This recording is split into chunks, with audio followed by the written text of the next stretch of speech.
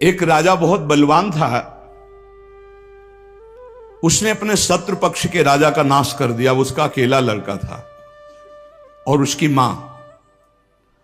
अब हर समय शत्रु पक्ष का राजा इस चाल में रहता था कि उस बालक को मार दें तो निष्कंटक अधिकार। और उसकी मां बड़ी भागवत थी, रात दिन भजन करती, भगवान से प्रार्थना करती कि भगवान मेरे बालक की रक्षा करना।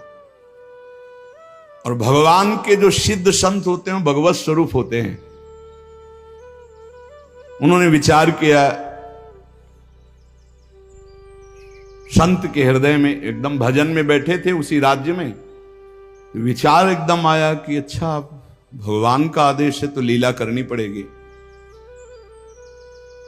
और लीला का उस समय इंतजार करने लगे। तो जो राजा बलवान था, जिसने शत्रु पक्ष के राजा को मारकर उसके लड़के को मारने को ठाना था, उसकी राजकुमारी थी, उसके स्वयंवर की रचना की जब बात आई, कमंडल उठाया, लंगोटी कस के बांधी कमर में, पहुंच गए दरबार में।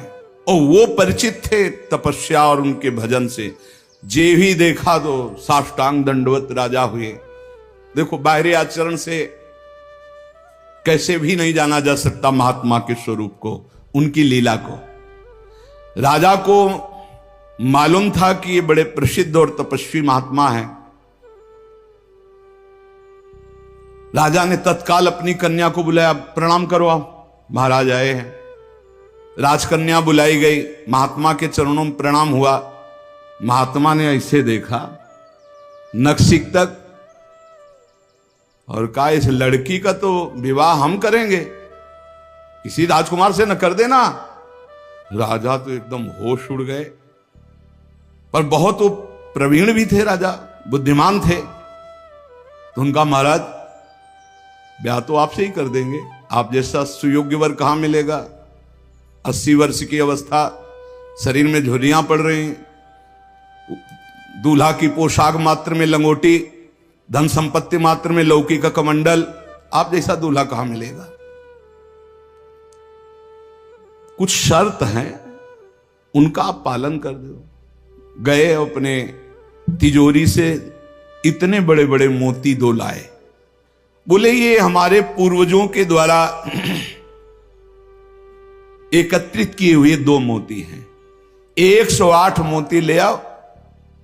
पहली शर्त, राजकुमारी का ब्याह आपके साथ। देख रहे थे, हालत देख रहे थे। महात्मा ने कहा, हाँ हाँ 108 क्या होते, ले आएंगे। बोले मोती देख लो। बोले लाओ, जब साथ रहेंगे तो उसी नाप के ले आएंगे। राजा ने सोचा इनको, और बोले महाराज लगन के पहले, क्योंकि लगन निकल गई तो फिर बात कैसे बनेगी। तुम चिंता मत, तुम्हारे कुल की प्रथा पूरी करूंगा और कन्या से विवाह करूंगा। पर एक बात ध्यान रखना, अगर विलंब हो जाए तो किसी के साथ पाणिक ग्रहण नहीं कर देना, नहीं तो जो आज्ञा। दूसरे से ब्याह की सोचना भी मत। अब राजा ने कहा जैसी आज्ञा। उन्होंने सोचा महात्मा मोती लेके जाएंगे, 2-4-6 दिन घूमेंगे, निराश होकर वापस आ जाएंगे। उनको क्या पता था कि जो भगवान के दास होते हैं बड़े जिद्दी स्वभाव के होते हैं। अब वो ऊंचे दर्जे के सिद्ध महात्मा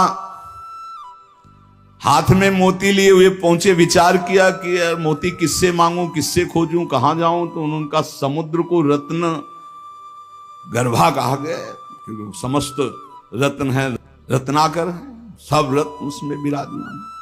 समुद्र ही से सीधे मांग लेते हैं चल के।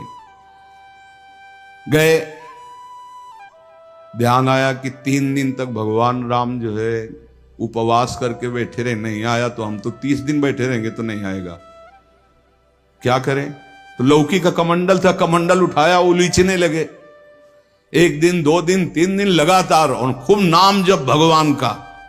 हर कमंडल में नाम जप करके, मंत्र जप करके जल उलीचने लगे।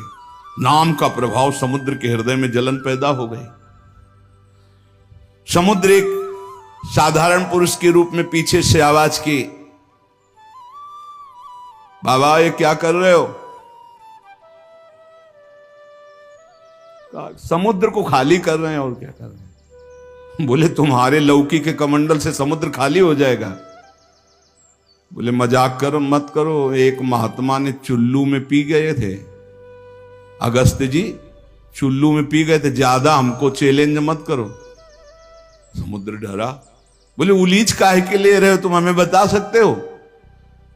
बोले सुना है रत्नाकर है, बड़े बड़े रत्न है समुद्र में, हमें 108 मोती चाहिए।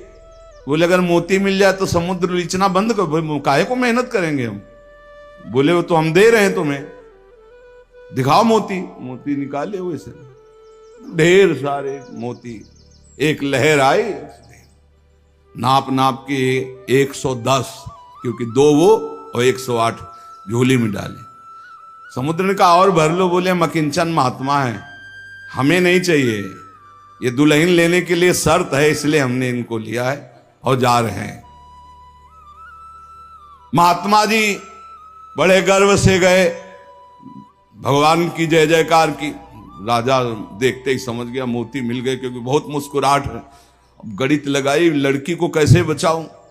बोले हाँ महाराज। बोले ये ले 110, 2 ही तुम्हारा 108 है। बोले महाराज जी आपसे कहा था कि कुछ शर्तें हैं, एक तो पूरी हो गई, दूसरी एक कि हमारे शत्रु पक्ष के राजा का वध तो मैंने कर दिया, उसका एक लड़का है, उसकी खोपड़ी तुम हमें ले आओ।